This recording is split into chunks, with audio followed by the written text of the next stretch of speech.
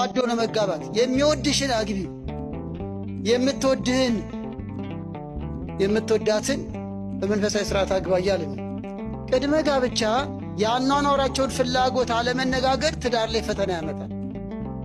ሻይ የጋበዘ ሁሉ ባል አይሆንም። ልብ ድካም እንዳይዛችሁ። አንዳንዶቹ ነገ እንጋባለን፣ እንደው ብንላፋ ምን ችግር አለ? እንደው ብንሳሳ ምን ችግር አለ? ችግርማ አለው ወንድሞቼ። የምታጫዋት ልጅ ከሰማይ የወረደች አይደለችም፣ ምድራዊ ነች። ጠንካራ ጎን እንደሚኖራት ሁሉ ደካማ ጠባይም ሊኖራት ይችላል። አንዳንዱ ደግሞ ፍርድ ቤት አልሄደም እንጂ ቤቱ የተፋታ ብዙ ነው። ያጨሽ ጓደኛሽ አመለካከትሽን አግኝቶታል? አይምሮሽን፣ አስተሳሰብሽን ወዶታል? መርምሪ። ወይስ ቁመናሽን ብቻ ነው? ትዳር ዕውቀት ይፈልጋል። በይበልጥ እህቶች የሰማችሁ ነው። እሺ ለማለትም አትቸኩልም። ዝም ብሎ እንደ ዳህ ስጥ ዝም ብሎ መዘገን የለም። ደጅ የምታስጠኙ ግን በኩራት በትዕቢት አይደለም። ምንድነው ልምድ፣ የጸሎት ልምድ፣ መንፈሳዊ አቋምህ፣ ውሎ የት ነው? ምሽት የት ነው? ልዩ ጉባኤ እንላለን፣ ልዩ ሕይወት ጠፍቷል። መንፈሳዊ ጉባኤ እንላለን፣ መንፈሳዊ ሕይወት ተጓድሏል። አስራት ክፈሉ፣ ምጽዋት መጽውቱ እንላለን፣ ቤታችሁ ግን ባዶ ሆኗል። ሰላም የለም፣ ፍቅር የለም፣ የጋብቻ መግባባት የለም። እዚህ ደግ ደና በጎ እንመስላለን፣ ቤታችን ግን ቀጋ ነን።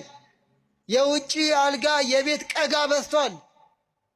አንዳንድ ወጣቶች ማግባት አልፈልግም፣ ትዳር እንደነገሌ ከሆነ ጥንቅር ብሎ ይቅር ብለው እንደ ቆሜ ልቅር ያሉ አሉ።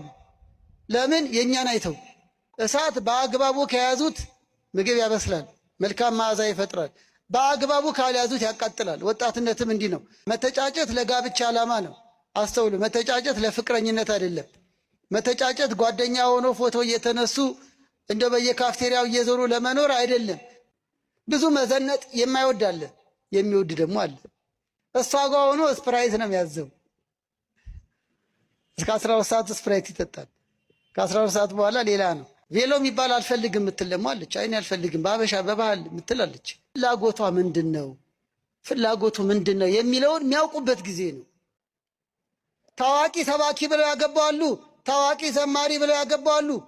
አሁን ግን እንጃላቸው፣ እግዚአብሔር ይሆናቸው። እንደዚህ ያለ አይነት ነው። አንዳንዴ ነጭ ነጩ የሚባለው ነገር ጥሩ ነው።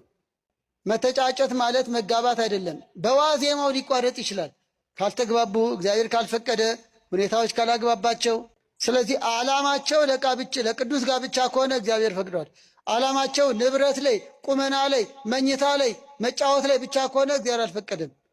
ደስ ሳይሉት የበሉትም ጤና አይሆንም እንኳን ያገቡት። በስመ አብ